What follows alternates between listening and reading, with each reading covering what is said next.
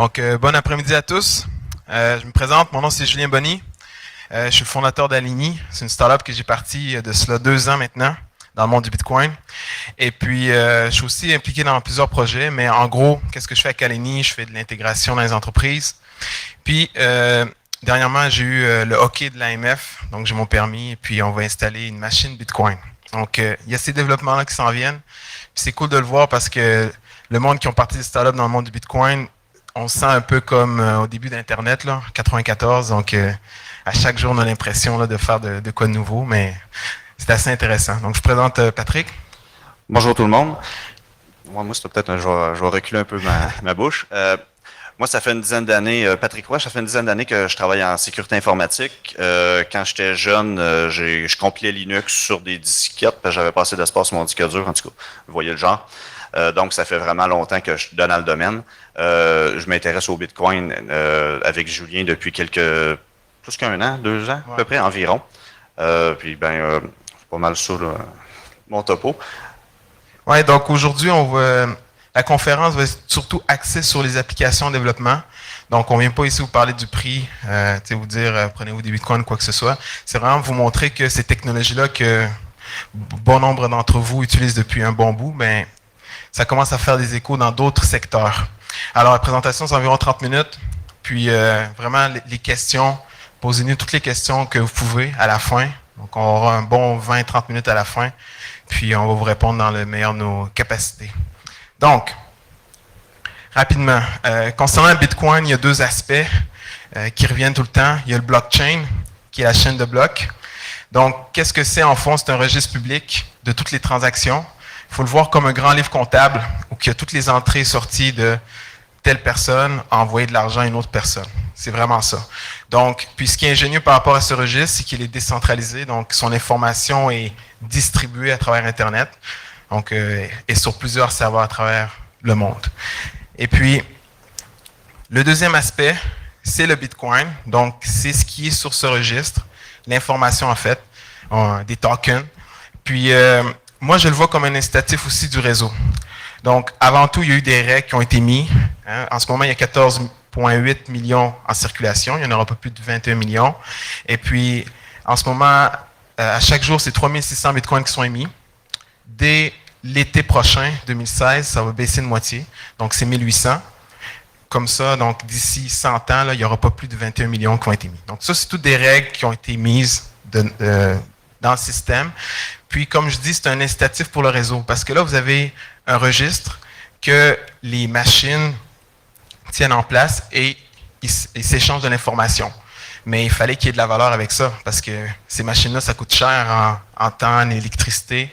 Donc, vraiment, le Bitcoin, il faut le voir comme un incitatif. Puis pourquoi c'est important? C'est parce que actuellement, dans le monde bancaire, là, ils se sont rendus compte que ça pourrait nous faire du mal. Donc, il y a beaucoup de labs qui sont faits dans le monde du Bitcoin, puis ils veulent essayer de refaire ça, le blockchain, mais sans le Bitcoin.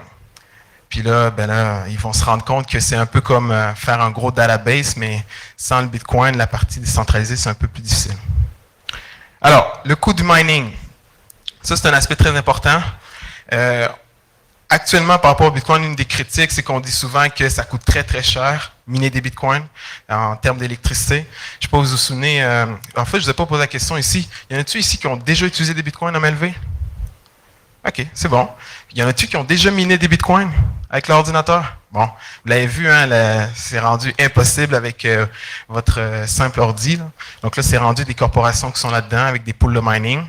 Puis là, tout le monde se plaint, ah, mais mon Dieu, ça coûte cher. Mais si on compare aux autres systèmes qui sont en place, donc comparons au système bancaire, ça, c'est une étude qui a été faite l'année passée. Puis moi, je suis revenu mettre par rapport au coût des équipements, on a tout est disponible, puis combien on est capable de générer, puis le hash rate. Donc, c'est 3 milliards de dollars, mais si on compare au banking system, c'est plus de 1870 milliards. À l'extraction de l'or aussi, c'est 100 milliards, donc c'est vraiment pas comparable. Et puis l'autre aspect aussi qu'il faut voir, c'est que on a un système que c'est des machines qui tiennent en place, donc ça vient remplacer la police, l'armée, hein, les systèmes de sécurité. Pensez aussi au temps, les camions. Donc, il y a tout ça aussi qu'il faut prendre en perspective que ça coûte juste ça tenir le réseau en place. Concernant l'autre critique, les miners, hein, on dit est-ce que c'est décentralisé? Ça, c'est la distribution que vous avez accès directement sur le site. Vous pouvez le taper vous-même. Et puis, vous voyez qu'actuellement, le pool de miners qui a le plus de ressources, il y en a 23% actuellement. Puis ça varie quand même. Et puis, ce qui est bien, c'est qu'il y a des individus qui peuvent, donc si vous avez les équipements nécessaires, vous décidez avec qui vous voulez faire affaire. Donc, si vous voyez que FD Pool, ça ne tente plus d'être avec lui, vous pouvez changer. Juste pour ma culture personnelle, c'est quoi ça du minage de Bitcoin? OK. Minage de Bitcoin, dans le fond, c'est des computations, bon, je veux le dire, c'est des computations qui sont faites par votre ordinateur pour résoudre des algorithmes. Et puis là, Patrick vous en parlait un peu tantôt, là, c'est qu'il y a l'algorithme SHA-256 qui est derrière. Puis, donc vraiment, vous devez faire une preuve de travail pour résoudre ces algorithmes. Je vais y revenir tantôt. Oh, c'est correct. Ouais. Alors, justement, je vais passer la parole à Patrick concernant la sécurité. Pourquoi c'est difficile de pirater le réseau Bitcoin? Alors, on peut penser à MTGOX. MTGOX, si vous vous souvenez un peu, ça a passé des nouvelles là, 2, 3, 4 ans, 3 ans. Ils se sont fait voler des Bitcoins dessus leur plateforme à eux. Mais c'était pas le réseau blockchain, le réseau Bitcoin en arrière qui s'est fait pirater. C'est un peu l'équivalent que vous allez voler un dépanneur. Vous ne volez pas la banque en arrière où est-ce que il va déposer ses fonds tous les soirs. Donc, le réseau Bitcoin, il y a B majuscule, B minuscule. Il y en a un qui parle du réseau, puis l'autre qui parle de la monnaie. Faut juste, quand je dis Bitcoin, souvent je parle du réseau. Le réseau Bitcoin n'a jamais été piraté au sens qu'on s'entend entre nous autres, qu'il n'y a pas personne qui a réussi à sortir de la monnaie de là de façon illicite depuis sa conception en 2009. C'est quand même assez hot, c'est public, c'est disponible, tout le monde a accès au code source et il n'y a jamais personne qui a réussi à en voler directement sur le blockchain. C'est assez solide. On va voir un peu pourquoi. Parce que c'est basé sur des mathématiques, qui est une science exacte et beaucoup de cryptographie, mais l'aspect que le monde ne savent pas, c'est qu'il n'y a aucun chiffrement à proprement dit sur le réseau Bitcoin. Tout est en clair, mais signé, par exemple. Et signé à l'aide des clés de ECDSA. Lorsque vous installez une application Bitcoin sur votre cellulaire, votre téléphone, votre portable, ce que l'application va faire, elle va générer une paire de clés ECDSA, des clés de signature et non des clés de chiffrement. Elle va utiliser une clé privée pour signer vos transactions que vous faites en Bitcoin. La clé publique, elle est publique. Il y a une modification à faire dessus pour la transformer en adresse Bitcoin. Ce n'est pas vraiment votre clé CDSA pure qui est publiée. On fait un hash d'un hash, je pense que c'est un hash SSA 256 avec un hash RIP-MD, si je me souviens bien par cœur. Il y a d'autres opérations pour faire certain que même si quelqu'un écrit votre adresse Bitcoin, il y a de la validation dedans, comme il ne peut pas faire d'erreur dedans l'adresse. Il y a des petits détails, mais c'est quand même important. C'est ça qui donne la robustesse au réseau. Donc, c'est signé numériquement uniquement. Il n'y a aucun chiffrement. Le seul chiffrement dans tout l'univers du Bitcoin en proprement dit, c'est sur votre portefeuille. Vous ne voulez pas que votre clé publique, votre clé privée reste en clair sur votre disque dur au cas où vous faisiez pirater, tout simplement. Donc, c'est aussi simple que ça, Bitcoin. C'est pour ça que ça marche, ça fonctionne, c'est très solide. Là, je vais parler un petit peu du Proof of Work que Julien a parlé tantôt. Le Proof of Work, lorsque vous créez une transaction, vous l'envoyez. Ah, j'ai oublié un petit point, je vais revenir en arrière. BitTorrent. J'ai mis BitTorrent tout simplement parce que c'est distribué, mais c'est un peu basé sur le protocole DHT, pour ceux qui connaissent un peu BitTorrent. C'est un registre de transactions distribué, sauf que celui-là est signé numériquement par des clés ECDSA. Donc, c'est ça qui fait l'appartenance. Ça veut dire, on peut dire que ces bitcoins-là appartiennent à telle paire de clés, donc à tel portefeuille. C'est tout simplement ça. Puis ça, c'est quand même des protocoles qui sont utilisés à large. On sait que les BitTorrent, ça roule pas mal sur Internet. Le Proof of Work, c'est les mineurs, il y a tu peux être juste un simple client, mais tu peux aussi être un serveur, c'est-à-dire que tu ramasses les transactions qui sont publiées sur le réseau, tu en fais un bloc et tu les signes avec tes clés pour avoir une récompense. Mais avant de les signer, il faut que tu résous un puzzle mathématique. Le puzzle mathématique est basé sur la signature, le hachage du bloc précédent. Donc, pour être capable de craquer Bitcoin, il faut que tu sois capable de refaire les calculs mathématiques de tous les blocs précédents, ceux-là où est-ce que tu es dans le temps. Il y a à peu près un bloc qui a été mis à toutes les 10 minutes environ. C'est ça qui fait la robustesse, c'est tous les blocs.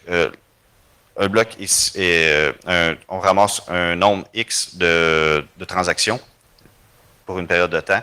J'essaie de résoudre le puzzle mathématique, le hash de l'ancien bloc. En gros, le puzzle, c'est je prends le hash du dernier bloc, je mets plusieurs zéros, je remplace certains caractères par des zéros et j'essaie de le résoudre, de le craquer tout simplement. Ce qui fait que la difficulté peut être variable aussi dans le blockchain.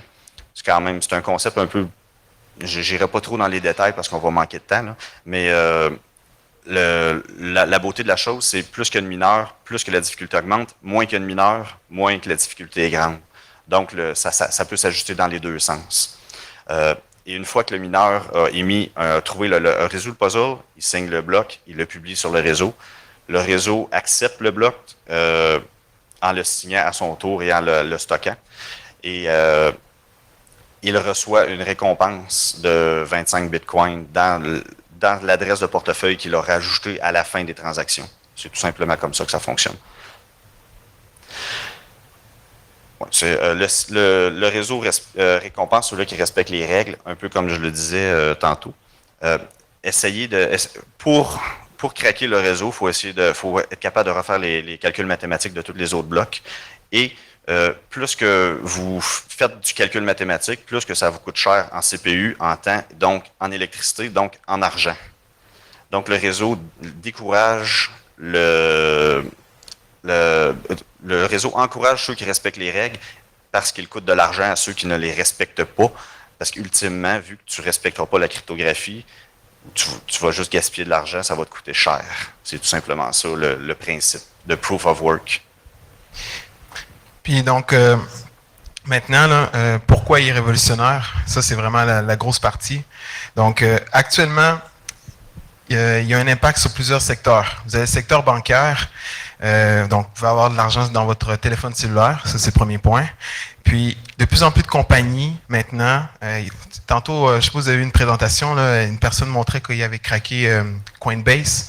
Mais Coinbase, c'est une banque de Bitcoin. Mais tu sais, c'est pas les banques traditionnelles. Donc, il y a de plus en plus de compagnies qui sont en train d'offrir des services de paiement. Donc, ça, c'est le premier aspect. Puis l'autre aussi, c'est les systèmes d'escrow. Donc là, actuellement, je peux faire une transaction avec une personne, puis j'ai pas besoin, l'aspect confiance n'est plus là. L'escrow, c'est le blockchain, le registre qui est validé par plusieurs ordinateurs à travers le monde. Donc ça vient complètement changer là, la manière que le système bancaire fonctionne, que tu es obligé, chaque fois que tu fais une transaction, tu dois donner énormément d'informations sur toi. Chaque fois, tu sais, juste avec la carte de crédit, il faut entrer là, tout sur vous, puis ça, c'est enregistré sur les serveurs. Donc ça, c'est le premier aspect, l'impact dans le secteur bancaire. Domaine économique, il y a des mineurs, donc ça, c'est les ordinateurs qui minent des bitcoins, coûtent de l'argent. Vous avez des sites d'échange où que le monde s'échange des bitcoins. Vous avez des commerçants. Vous avez aussi des gens qui vendent des biens et des services là-dedans. Donc, c'est une nouvelle économie à part entière. Et puis, c'est une nouvelle manière de penser aussi. Hein, parce que l'économie, les paradigmes de l'économie à l'heure actuelle, la monnaie, donc c'est une monnaie dette. C'est pas une monnaie que les ressources sont limitées, comme avec le Bitcoin. Donc ça aussi, ça vient avoir un impact là-dedans. Il y a la certification de documents. Sur le blockchain, vous irez voir ce site-là, c'est Proof of Existence. Vous êtes en mesure actuellement de certifier, donc d'enregistrer n'importe quel document dans le blockchain, d'avoir une signature, que ce document-là, il a été mis là-dessus à une date donnée, puis que vous en êtes le propriétaire. Donc ça ouvre des perspectives aux enregistrements de brevets, propriété intellectuelle, aussi la certification de tous les contrats. Donc là, il y a des compagnies en ce moment, des startups qui sont en train d'utiliser la technologie de Bitcoin pour maintenant venir certifier des contrats et faire en sorte que quand un contrat est signé, on veut prouver qu'il n'a pas été falsifié ou que quelqu'un n'est pas venu changer une note. Mais si on le remet là-dedans, avec le proof of work, on est capable de revoir la même signature. Donc, ça, c'est un autre. Puis nous, on va développer vraiment sur le secteur du jeu et des infrastructures, donc des infrastructures web. Alors, petite question rapide. Ça, c'est tous des jeux que, pour la plupart, vous connaissez. Qu'est-ce que vous pensez qu'ils ont tous en commun? De l'argent virtuel. Ouais, bonne réponse. Ça a été trop facile. Donc, vraiment, tous ces jeux-là, ils ont tous soit des systèmes de monnaie intégrés, soit vous payez par mois pour les utiliser, ou ils ont même des systèmes d'enchères. Et puis, donc, je pense que Second Life, c'était le premier jeu qui a amené le Leiden Dollar. Vous avez World of Warcraft avec le Gold, même sur League of Legends. Moi, mon jeu favori, c'est FIFA. Donc, je les ai tous achetés là, depuis 1997. Puis là-bas, ce jeu-là, tu peux utiliser... il y a comme un système de marché pour s'échanger des joueurs. Donc, puis, ouais, Patrick, concernant EVE Online, c'est pas ton jeu? Oui, EVE Online, c'est le mien. C'est un jeu très, très geek. Il y a à peu près je pense qu'il y a 4 systèmes de monnaie différentes à l'intérieur de EVE Online. C'est un jeu de simulation spatiale, mais c'est plus un jeu de simulation économique strappé avec des vaisseaux spatials. En tout cas, vous irez voir EVE Online si ça vous intéresse. Mais le point est que EVE Online, avec ses 4 monnaies, serait vraiment assujetti aurait vraiment avantage à intégrer un système tel que le Bitcoin à l'intérieur pour faciliter pour toutes les options pour tout ce que Julien va vous parler dans la prochaine slide finalement. Ouais. Donc en fond, c'est ça. Les difficultés de ces jeux-là, l'important, c'est qu'il y a trop de friction. Dans le sens que vous devez utiliser vos moyens de paiement actuels pour aller s'acheter ces monnaies-là. Puis l'autre chose aussi, c'est que c'est impossible de les utiliser dans le monde réel. Ou d'utiliser la même monnaie dans différents jeux. Il y aurait avantage à faire ça parce que souvent, vous avez à peu près les mêmes joueurs qui sont sur la majorité des jeux. Donc, puis l'autre aspect aussi, c'est la sécurité. Pensez-y, ces systèmes-là de monnaie, d'échange, ils ont tous été faits, dans la majorité des cas, par une poignée de développeurs. Puis c'était tout dans un circuit fermé. Puis là, ici, vous avez un système décentralisé où il est transparent, puis vous avez plusieurs développeurs qui y contribuent. Donc là, quand il est question de sécurité, il est souvent testé. Là, je vous parle du système Bitcoin, contrairement à celui-là. Pourquoi? Puis je dis ça, c'est qu'il y a eu des cas tels que FIFA qui viennent de sortir. C'est vraiment tout récent. Mais les joueurs se sont fait voler leur monnaie. Donc, ils ont perdu de l'argent là-dedans. Puis, si c'est pas les joueurs qui se font pirater, mais ça se peut même que ce soit les créateurs du jeu, que du jour au lendemain, mais ils se sauvent avec l'argent des joueurs. Donc, c'est pour cette raison que ils font un système qui est, à mon avis, décentralisé tel que Bitcoin. Enfin, à mon avis, le Bitcoin va s'accaparer ce monde-là. Et puis, pourquoi? Parce qu'il n'y a plus d'intermédiaires. Donc, moi, avec mon wallet, je vais pouvoir directement envoyer des Bitcoins dans le jeu, puis faire des achats avec d'items. Les gens vont avoir le contrôle de leurs fonds à 100%. Donc, même si, disons, leur serveur shutdown ou quoi, vu que moi, j'ai le private key, je vais être en mesure de récupérer mes fonds. Et c'est idéal aussi pour les micro-paiements. Donc, ça fait en sorte que, tu sais, les items qui sont vendus aussi sur ces jeux-là, souvent parce que vous utilisez une carte de crédit, choses en même, mais ils sont quand même chers. Mais le Bitcoin est idéal pour les micro-paiements, donc les petites transactions. Donc, vous allez pouvoir avoir une panoplie d'items qui sont même moins chers. Et puis... Oui. Une question de réflexion. Comment veux-tu faire des micro-paiements, acheter des petits montants, parce que sans intérêt sur les sites web, alors que le Bitcoin, présentement, se transige à 300-500 $? Je peux répondre à cette question-là. Un Bitcoin est à peu près à 500 $, que plus ou moins 30%. Le Bitcoin est divisible jusqu'à 8 décimales. Donc, le dollar canadien, 2 décimales. Ça répond à la question. Tu peux faire le micro-paiement. Pour les questions, juste à la fin, on va vous en répondre à la fin de la présentation. Puis, c'est pour cette raison aussi que Minecraft, dernièrement, au début de l'année, surtout, ils ont accepté le Bitcoin. Puis, donc, vous pouvez échanger la monnaie qui est dans le jeu contre des Bitcoins. Donc, en fait, vous pouvez utiliser des Bitcoins pour acheter cette monnaie-là. Puis, en plus, il y a 2 serveurs de jeu qui minent des Bitcoins. Donc, puis en plus, en tout cas, ça va avec le sens du jeu aussi, là, le bonhomme qui mine des Bitcoins. Et l'autre plateforme que je voulais vous parler ici, il y en a-tu qui utilisent Twitch ou qui sont déjà allés sur twitch.tv? Ah, OK, quand même, c'est bon. Même moi, je me sais avoir, là, je ne pouvais pas comprendre qu'on pouvait regarder d'autres personnes jouer. Là. Mais non, c'est très, très populaire. Tellement populaire que Google a parti dernièrement YouTube Gaming. parce que évidemment les gens ils jouaient sur Twitch, ils se filmaient, puis ils remettaient ça sur YouTube. Donc là, YouTube Gaming s'en vient dans le jeu. Puis vraiment Twitch là, c'est un gros coup d'Amazon. C'est Amazon ces compagnies-là. La plateforme que je parle ici, c'est Streamium et vous permet à n'importe qui. Donc c'est une plateforme décentralisée qui permet à n'importe qui de stream puis de décider combien il veut être payé. Donc ça, c'est du pay-per-view.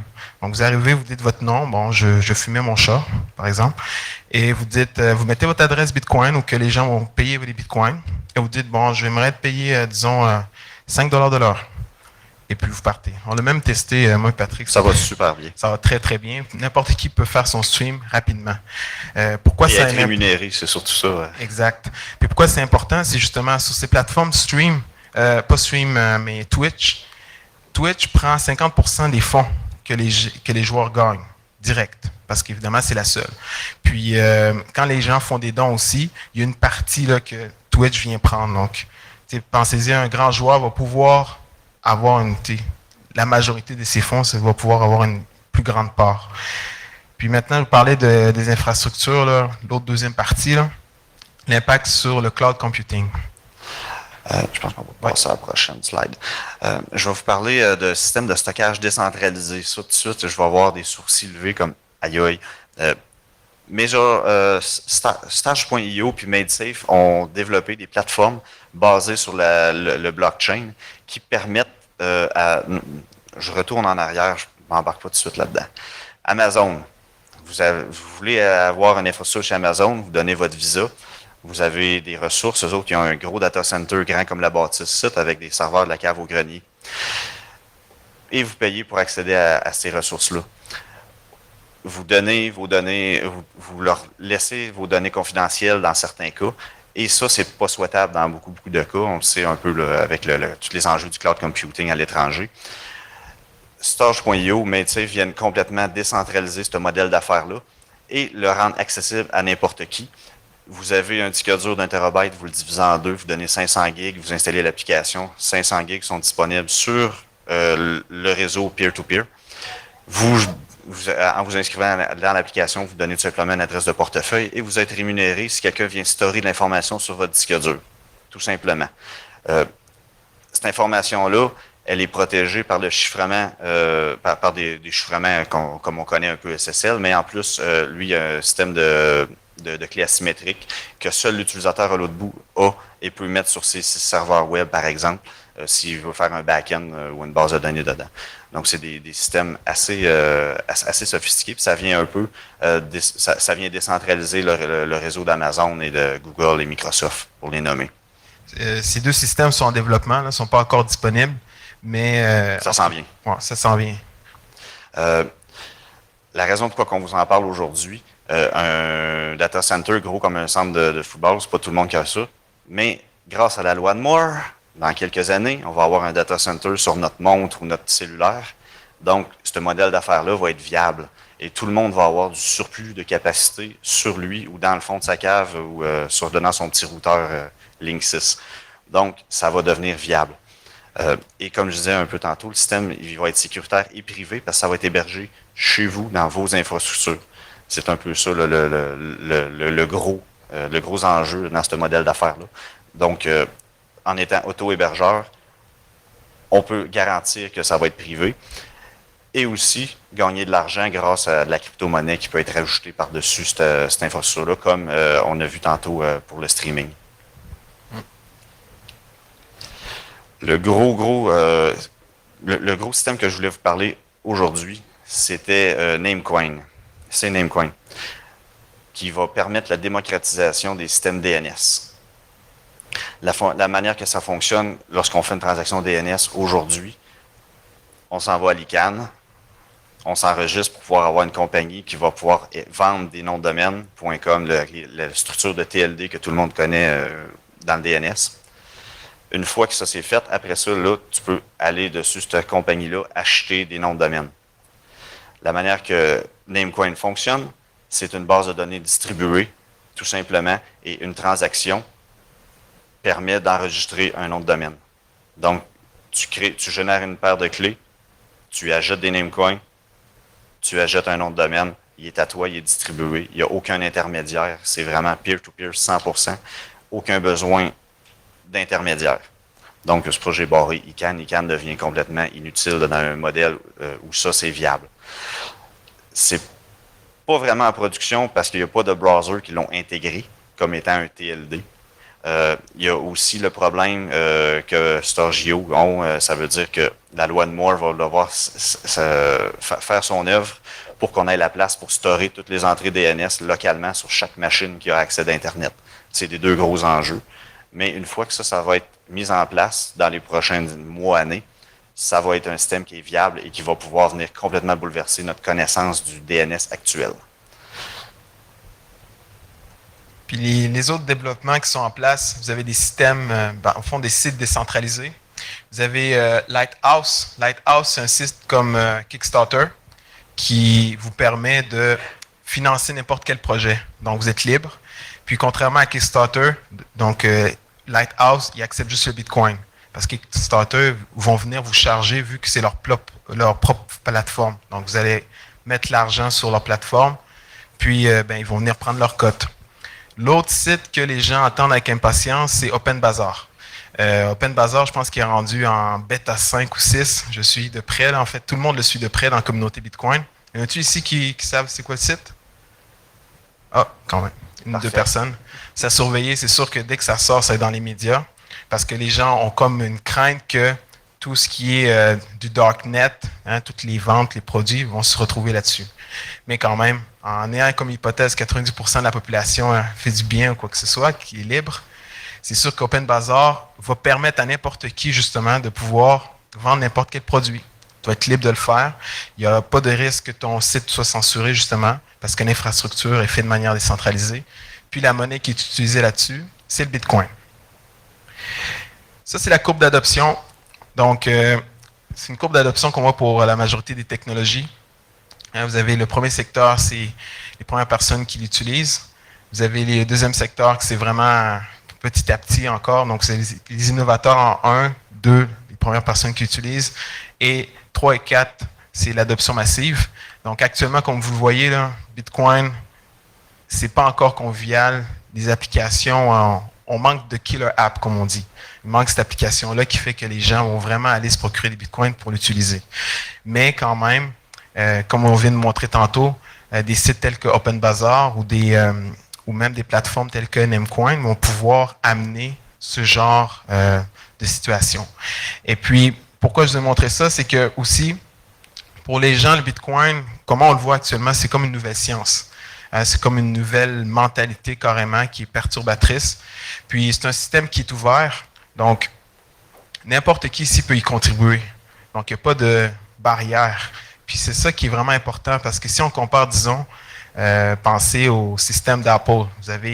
Ils peuvent avoir accès à des développeurs, les meilleurs, même les meilleurs ingénieurs, disons. Mais contrairement au Bitcoin, vous avez un système ici que c'est tout le monde de toute la planète qui peut y contribuer. Là. Fait qu'il n'y a plus vraiment de barrière à l'entrée, puis c'est ça qui va faire qu'il va y avoir le plus d'innovation.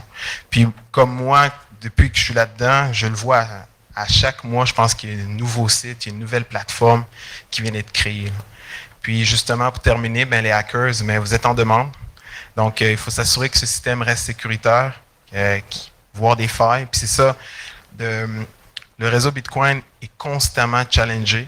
Puis les gens, ils viennent avec des nouveaux systèmes, tels que quand il y a eu le scandale de MTGOX, on a incorporé les portefeuilles multisignatures.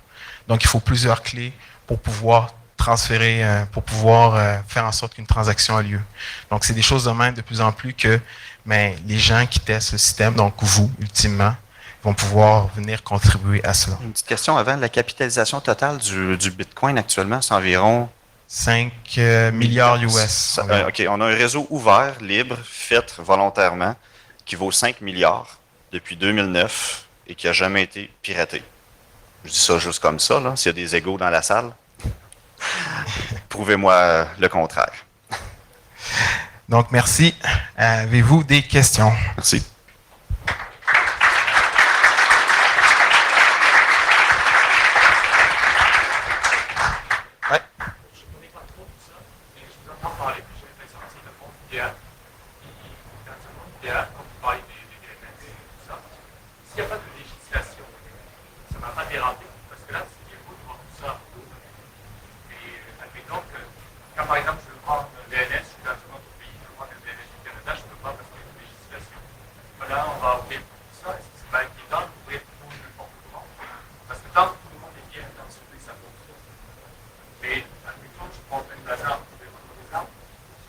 Non, en fait, ça, c'est leur gros challenge à ce moment.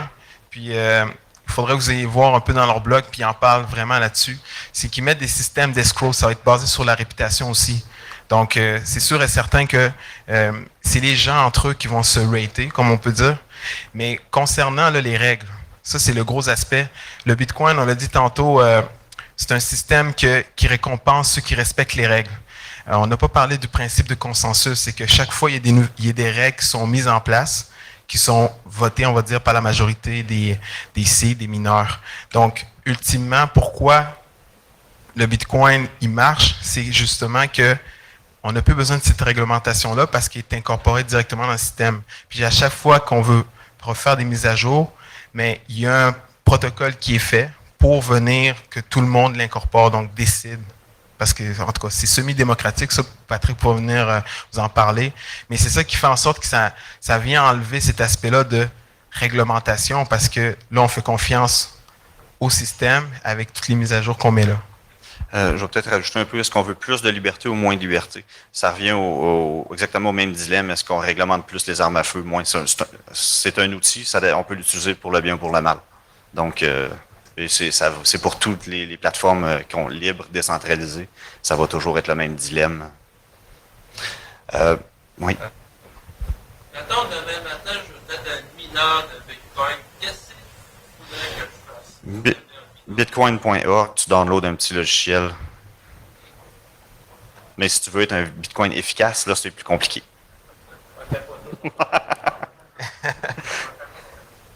Oui, il y a une question ici aussi. Ouais.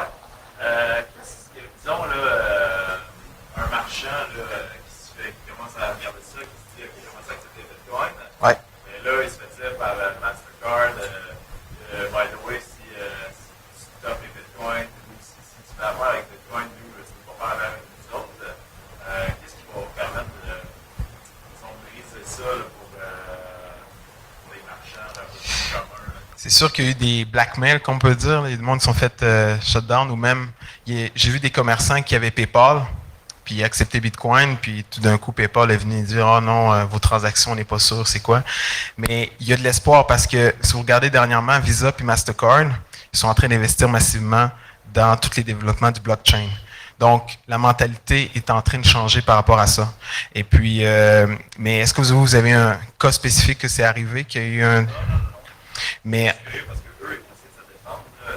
Tu coupes dans leur profit, là, ils prennent une coupe de pourcent chaque transaction. On rentre dans le même débat Microsoft, Linux, open source, closed source. Là, ça va revenir un peu à ça. Là. mais moi, je pense qu'il y a un des gros qui va faire un move puis qui va l'accepter de plein fouet parce qu'ils vont s'en rendre compte, ils n'ont pas le choix. C'est tellement perturbateur que si tu fais juste le combattre, c'est comme tu retardes l'inévitable, comme on peut dire. Donc, pourquoi pas un Mastercard qui dit notre infrastructure derrière, elle marche selon le blockchain, donc vos transactions, on est sûr et certain qu'ils ont eu lieu, puis tout. Ça va même venir résoudre les cas de fraude. Parce que c'est ça le problème des cartes de crédit, là. C'est les doubles dépenses. Puis il y a énormément de fraudes là, qui se font par rapport à ça.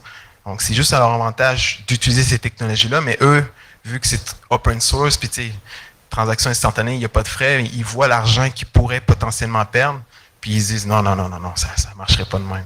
Question là-bas. Oui. Concernant le blockchain, comment ça fonctionne la vérification? C'est peer-to-peer, puis c'est comme un Mastercard, si tu veux embarquer dans le blockchain, tu passes à top. L'élection de blockchain, c'est comme testé par network. Je vais prendre c'est vraiment c'est la puissance de calcul mondiale. Ça coûte 3 milliards en électricité par jour, le blockchain. Par année? Par année. Donc, il faudrait que Mastercard ou Visa investissent 3 milliards en machines qui roulent dans le fond de leur cave à brûler du gaz pour rien, pour pouvoir compétitionner le blockchain et pouvoir déterminer. Donc, je pense pas que ça fait partie de leur modèle d'affaires. Les actionnaires ne sont peut-être pas d'accord. Mais les banques, en fait, qu'est-ce qu'ils sont en train de faire actuellement? Puis, en passant, c'est eux qui ont le plus d'investissement dans le Bitcoin, là. Tu sais, toutes les Coinbase, tous les sites d'échange, là, c'est tous des anciens de Wall Street là, qui sont en train d'aller là-dedans. Ils sont en train d'essayer de faire un réseau interbancaire. Donc, vous avez, disons, toutes les grosses banques aux États-Unis. Bien, ils veulent essayer de se faire un genre de intranet, on va dire, où que les transactions, bien, ça va pouvoir être facile pour les transferts interbancaires, parce qu'il y a beaucoup de banques aussi qui ont des filiales à travers le monde, puis ils se font avoir avec, ça leur coûte cher, les conversions, les choses en même. Donc, c'est ça qu'ils sont en train de tester. Rajouter quelque chose. Ça se peut que les compagnies qui font des mineurs refusent de vendre leurs mineurs à Visa. De la même manière que Visa pourrait empêcher quelqu'un d'avoir que PayPal pour empêcher quelqu'un d'avoir des bitcoins. L'inverse est aussi vrai. Ouais. Avant de commencer, le Bitcoin, c'est comme un currency qui est anonyme, mais là, c'est des blockchains. Est-ce que c'est C'est une pseudo-anonymité. Donc, vous avez votre portefeuille public qui n'a pas votre nom dessus, mais c'est sûr et certain que moi, demain matin, je te transfère des bitcoins. Tu sais que tu as mon portefeuille, que c'est moi. Mais il y a des systèmes, les sites pas les sites, les portefeuilles. Ils ont incorporé le fait que chaque fois que tu fais une transaction, ils génèrent un nouveau portefeuille. Donc, si je refais une autre transaction, c'est un autre portefeuille qui vient se générer. Parce que dans le système Bitcoin, justement, vu que c'est ultra transparent, on va dire. Donc, oui, tu n'as pas ton nom décrit dessus, mais tu sais, demain matin, si je fais des transferts à une personne, mais il est capable, après, de me tracker, c'est comme on peut dire, là, par rapport à mon transaction. C'est comme je disais tantôt. un marchand qui m'envoie de l'argent, ça s'aperçoit que tu fais avoir, quand même des recours, tu pourrais aller voir la police, te retracer. Il n'y aura pas de recours à ce nom. Oui. Oui, il y en a quand même. Dans le cas d'MTGOX, c'est comme ça qu'ils ont pris le fondateur du site. Mais justement, c'est que c'est ultra transparent. Donc, il y a toutes les transactions, on peut les voir pour toutes les crypto-monnaies. Mais pourquoi les autres, il y a d'autres crypto-monnaies telles que Dash, que eux, ils ont incorporé des systèmes tels que Tor. Que là, ben, ça vient là, offusquer. Donc, c'est très difficile de savoir le portefeuille, d'être capable de suivre les transactions. Mais vraiment, c'est le challenge entre les deux. C'est anonyme, mais c'est une pseudo-anonymité parce que c'est ultra transparent. Non. Ultimement, il va y avoir des gens qui vont se spécialiser dans l'étude du blockchain. Fait que tu es capable de refaire la chaîne. Puis il y a même des sites qui sont spécialisés que tu mets ton portefeuille là-dessus, puis il est capable de te faire toute l'arbre de toutes les transactions, direct. Fait que tu es capable de voir, par exemple, une des transactions que tu as faites sur un site, disons, malveillant. Il y a aussi peut-être le concept qui va s'en venir dans les prochaines années. Ça risque d'être un concept de blacklist. Ça veut dire que ces bitcoins-là, on le sait, qui ont été volés. Le commerçant l'a publié, dit ça, je me suis fait voler de telle adresse. Donc, c'est la personne qui vient pour les cacher, ben, il va falloir qu'il fasse ça d'un corridor sombre, d'un allée sombre. Parce qu'il fait ça sur un marchand connu, ben, il va être sur une blacklist. Prochaine question. Je pense que c'est important de spécifier dans ce cas-là que tout ce détournement de là, c'est jamais passé à l'intérieur du blockchain de ces affaires-là. Ça a toujours été, toi, tu as mis tes bitcoins dans un site d'échange, tu leur as donné tes bitcoins, c'est là-dedans que ça se passe. C'est pas le blockchain. Le blockchain, là, c'est un gros ledger qui arrive, la personne A a donné à la personne B à montant, ces bitcoins-là, ils sont rendus à toi. C'est ce que j'ai dit tantôt là, par rapport à. Ouais. La différence entre les deux est mince dans le sens que les deux sont très interreliés. Tu n'as pas le choix d'avoir les bitcoins pour avoir le blockchain. C'est ça, c'est le concept qui est difficile. Absolument.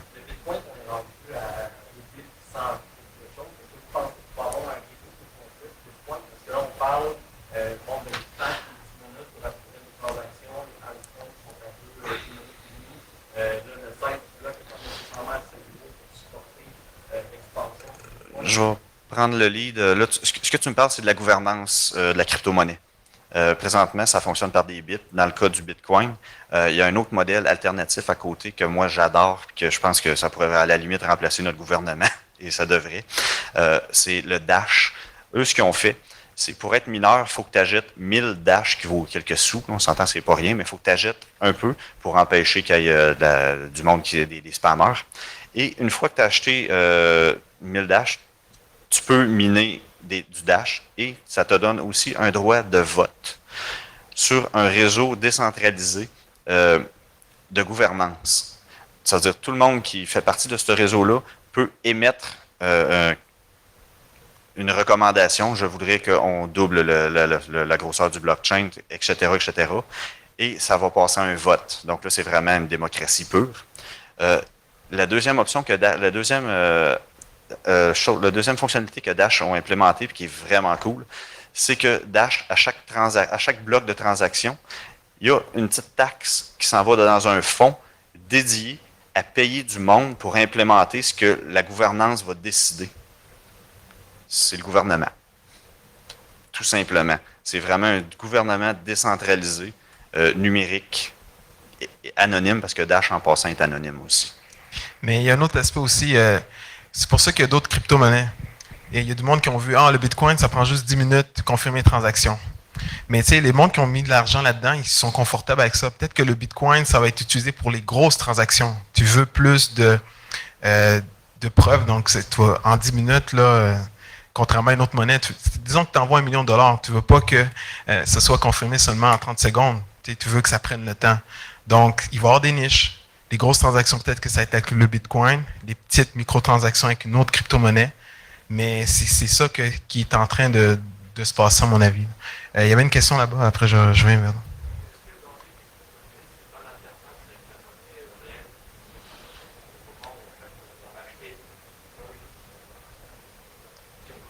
Oui, s'il y a un tiers d'inclus là-dedans. Si c'est de moi à toi, il n'y a pas grand risque en théorie. Là, mais si on passe par un MTGOX, on connaît les risques d'un site web. Mais sinon, il y a d'autres plateformes. Tu peux, disons qu'il y a un de tes amis qui a des bitcoins, qui veut t'en vendre, c'est sûr que c'est plus sûr. Ou les ATM, les machines bitcoin, c'est aussi l'autre source Ça reste qui est quand même possible. un tiers.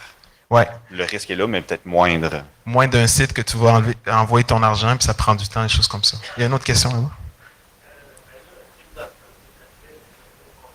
Ouais. On s'est parlé juste avant la réunion, juste avant la présentation, pour savoir on met une slide avec Kim Dotnet. Ouais, Kim.net, il est très en faveur du Bitcoin. Puis justement, il disait, mais ça quand même, j'ai pas pris le temps de voir tout son concept, il n'est pas sorti non plus. Ce que j'ai vu, c'est du VPower, il n'y a rien encore de livré, mais on connaît Kim.com, ça il va probablement livrer quelque chose. Avant de se prononcer, on va entendre de voir qu'est-ce qu'il propose. Là.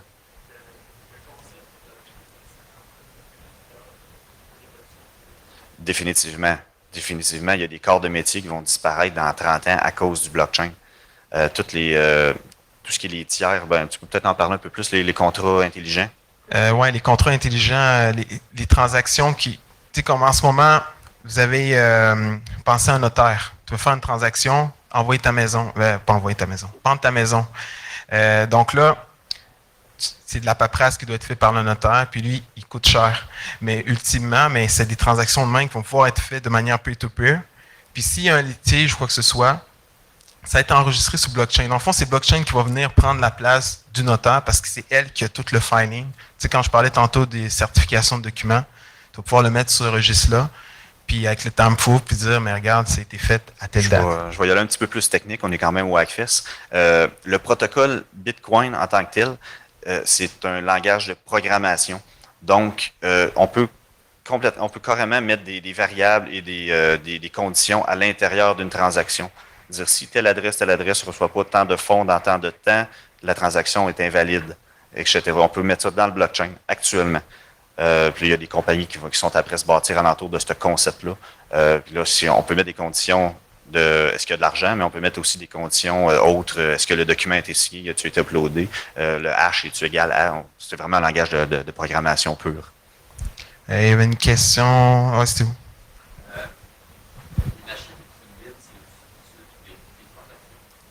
Oui. Absolument.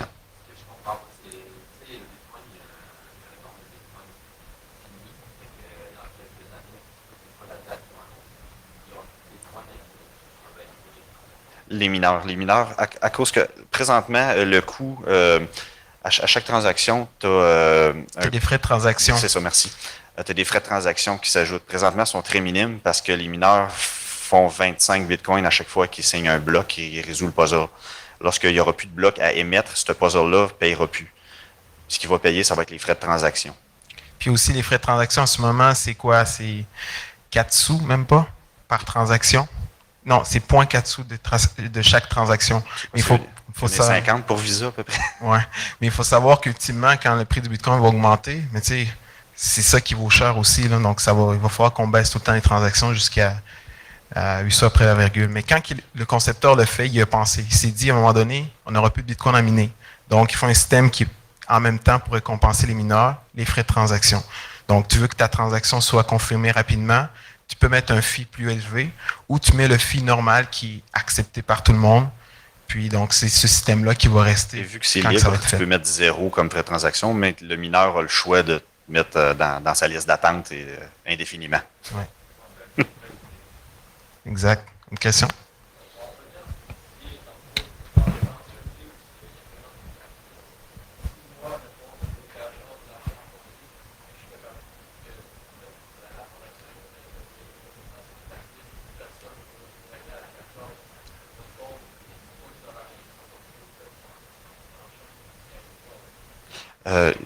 C'est arrivé là, quelques années avec quelqu'un qui avait miné 7500 bitcoins de son disque dur, puis son disque dur est dedans un dépotoir quelque part aux États-Unis, je ne sais pas dans quel état. Il est toujours là si tu veux aller le déterrer. Ils sont perdus. La clé privée, aussitôt que la clé privée est compromise, est détruite, c'est fini. Mais juste un autre exemple aussi, Bitstamp, c'est le dernier site d'échange qui s'est fait pirater. Puis il y a quelqu'un qui est allé tag l'adresse en question qui était. Mais ça aussi, c'est bon pour la communauté parce que il n'y a personne qui veut des bitcoins d'une personne qui les a sûrement volés. Donc, c'est comme l'autopolice qui se fait en même temps. Mais c'est vrai que ça vient être un issue parce que moi, ça se peut que je transfère des bitcoins, puis tout d'un coup, cette personne-là le fait, mais c'est les gens, c'est la communauté qui va décider là, qu'est-ce que ça fait avec ça. Une autre question ici. Ouais.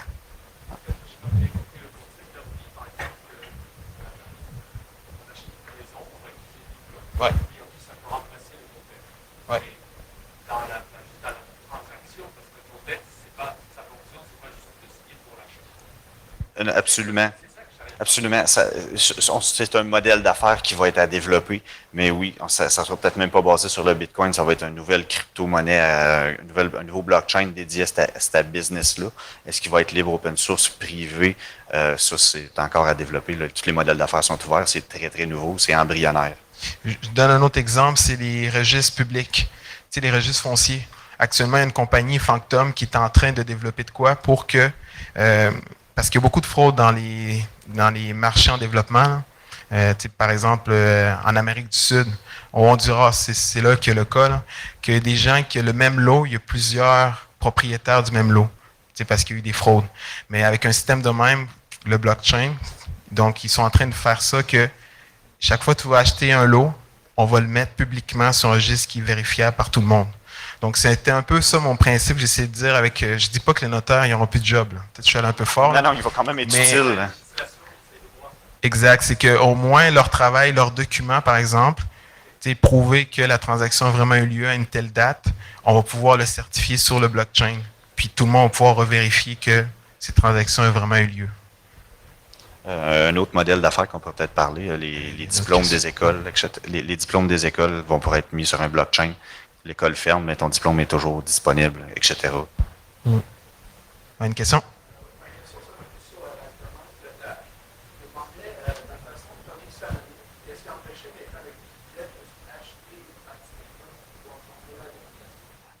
Ça, c'est encore très embryonnaire, Dash. C'est des puzzles qui restent à résoudre.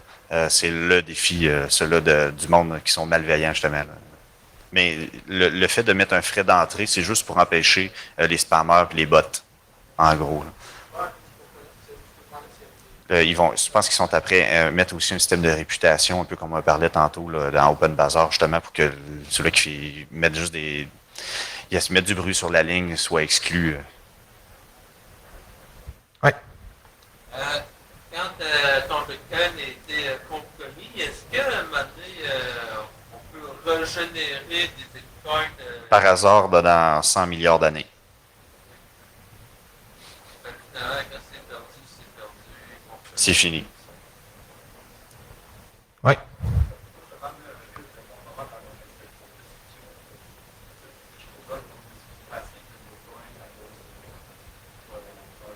Ben, je vais dire non, le Bitcoin est libre, donc si le Bitcoin ne marche pas, on va partir le Patrick Coin ou le Julien Coin, tout simplement.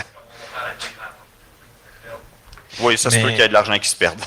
Le gros risque, en fait, c'est le contrôle.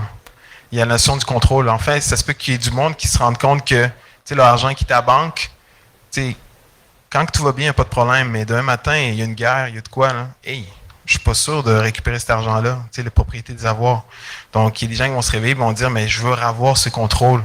Puis, c'est un peu ça qu'on voit actuellement, tu sais, comme en Grèce ou à Chypre. Pourquoi les gens de plus en plus commencent à être vers le Bitcoin, c'est cette notion-là de contrôle que quand il y a de l'instabilité, il y a des crises, mais les gens ne sont pas capables de prouver qu'ils ont le contrôle de tel avoir. Il y a des règles qui viennent, le gouvernement arrive, met une règle, une taxe extraordinaire qui dit non, maintenant, il y a une partie de vos fonds que vous n'avez plus accessible ou une taxe, des choses comme ça. Donc, c'est cette notion-là qui vient faire.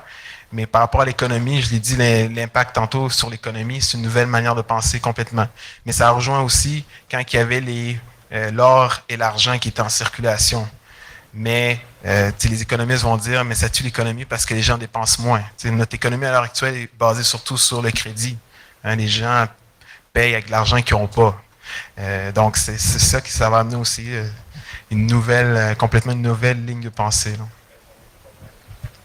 Oui, peut-être d'autres problèmes aussi, mais peut-être que s'il y a ça, en fait, c'est que si ça marche autant, c'est qu'il y a ce besoin-là aussi. Là. Je pense que ça apporte plus de solutions que ça apporte de problèmes. Ouais. Vous d'autres questions? Oui. Ouais.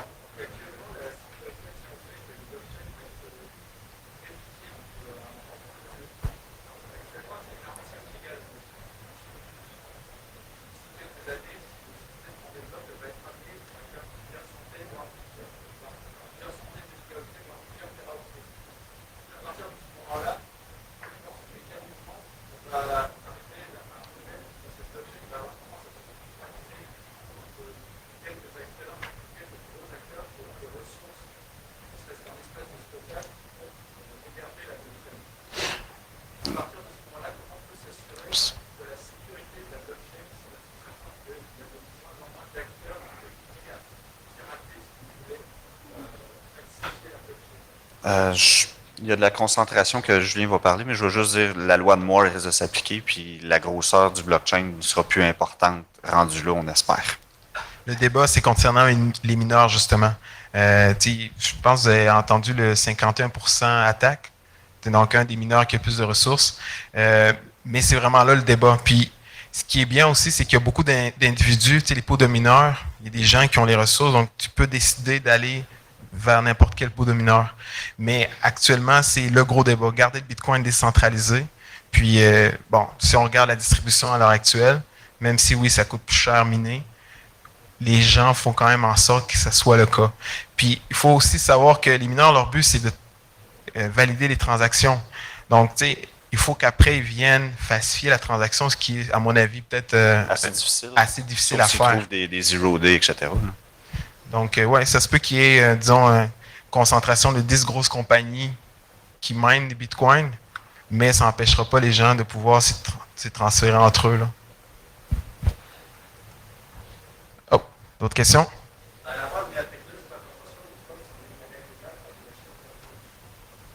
Excuse-moi, je n'ai pas compris.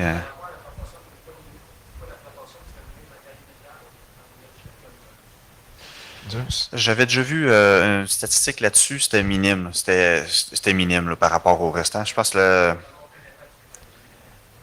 c'est minime. C'est minime. Mais si vous allez sur blockchain.info, vous êtes capable de voir le dernier bloc, quel mineur, le miné, puis voir toute la série. Donc, ultimement, ce mineur-là, c'est capable. C'est pas dans le pool, est-ce qu'il y a un botnet dans F2 pool, là, il y a peut-être la moitié qui c'est un botnet. Ouais. Ça se peut, tant mieux pour eux autres. Ouais.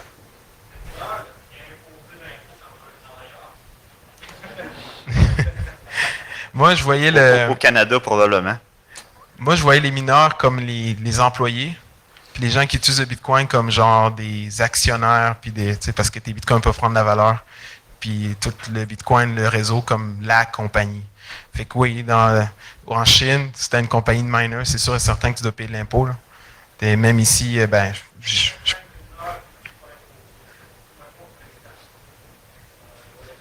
aux États-Unis, il y a le BitLicense qui est en train de statuer là-dessus.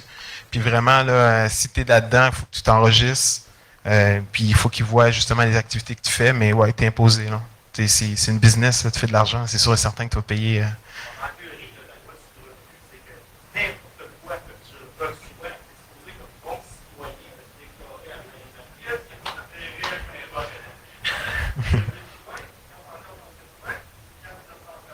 pense que c'est quand tu l'as transféré. Mais il y a les doubles. Il y a le double taxation. Donc, le gain en capital, il faudrait que tu déclares à la fin de l'année et la valeur de tes bitcoins. Qu'est-ce qu'elle a eu jusqu'au 31 décembre. Puis quand tu fais la transaction, mais là, c'est l'autre chose. Oui.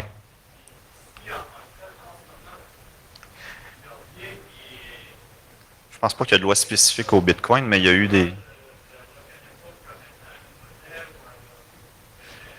L'AMF... C'est les deux. Hein. Actuellement, c'est les deux. Tu prends pas de chance, c'est les deux. Parce qu'ils vont te vérifier, puis ils vont te courir après. Mais en ce moment, ils se collent à ce qui se fait aux États-Unis. C'est sûr qu'aux États-Unis, ils ont mis ça très, très clair. Mais quand tu regardes ce que Revenu Canada dit par rapport à la réglementation sur le Bitcoin, c'est que c'était la double taxation. Je l'ai étudié, puis ça revenait que, regarde, tes Bitcoins, tes gardes, la valeur, il faut que tu déclares. C'est comme un actif, là. Sa valeur à la fin de l'année. Puis si tu es vends, il faut que tu viennes aussi déclarer là, la juste valeur au moment de la vente. Ouais. Tu as d'autres questions? Merci. Merci.